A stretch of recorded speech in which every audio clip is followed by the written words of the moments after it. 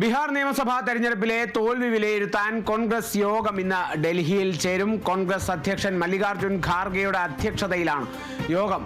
AICC അംഗങ്ങളും ബീഹാറിൽ നിന്നുള്ള നേതാക്കളും യോഗത്തിൽ പങ്കെടുക്കും. ബീഹാറിൽ വോട്ടുകൊള്ള നടന്നുവെന്ന് തെരഞ്ഞെടുപ്പ് ഫലം വന്നതിന് പിന്നാലെ കോൺഗ്രസ് ആരോപിച്ചിരുന്നു. ഇപ്പോൾ ബീഹാർ നിയമസഭാ തെരഞ്ഞെടുപ്പിലെ തോൽവി വിലയിരുത്തുക എന്നുള്ളതാണ് കോൺഗ്രസിൻ്റെ ഏറ്റവും പരമപ്രധാനമായ ലക്ഷ്യമെന്ന് പറയുന്നത്. അത്രത്തോളം വലിയ തോൽവിയാണ് കോൺഗ്രസ് അവിടെ നേരിട്ടിരുന്നത്. അതിന് പിന്നാലെ തന്നെ ബീഹാറിലെ BPCC ബീഹാർ പ്രദേശ് കോൺഗ്രസ് കമ്മിറ്റിയിലെ നിരവധി നേതാക്കളെ പുറത്താക്കുന്ന നടപടികളടക്കം കോൺഗ്രസ് സ്വീകരിച്ചിരുന്നു എന്നുള്ളതും കൂടിയാണ്.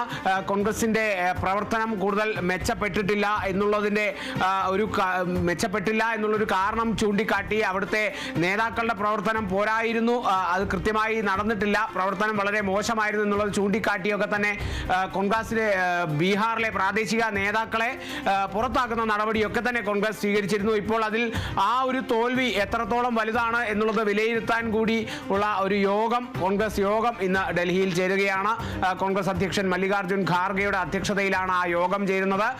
യോഗത്തിൽ AICC അംഗങ്ങളും ബീഹാറിൽ നിന്നുള്ള മറ്റ് നേതാക്കളും ഒക്കെ തന്നെ ഉണ്ടാകുമെന്നുള്ളതാണ് വിവരം. വോട്ടുകൊള്ള നടന്നു എന്നുള്ള ആരോപണം തെരഞ്ഞെടുപ്പ് ഫലം വന്നതിന് തൊട്ടു പിന്നാലെ തന്നെ കോൺഗ്രസ് ആരോപിച്ചിരുന്നു എന്നുള്ളതും കൂടിയാണ്. ഈ ഒരു പശ്ചാത്തലത്തിൽ കൂടുതൽ ആരോപണങ്ങൾക്ക് സാധ്യതയുണ്ടോ എന്നുള്ളതും കൂടിയാണ് അറിയേണ്ടത്.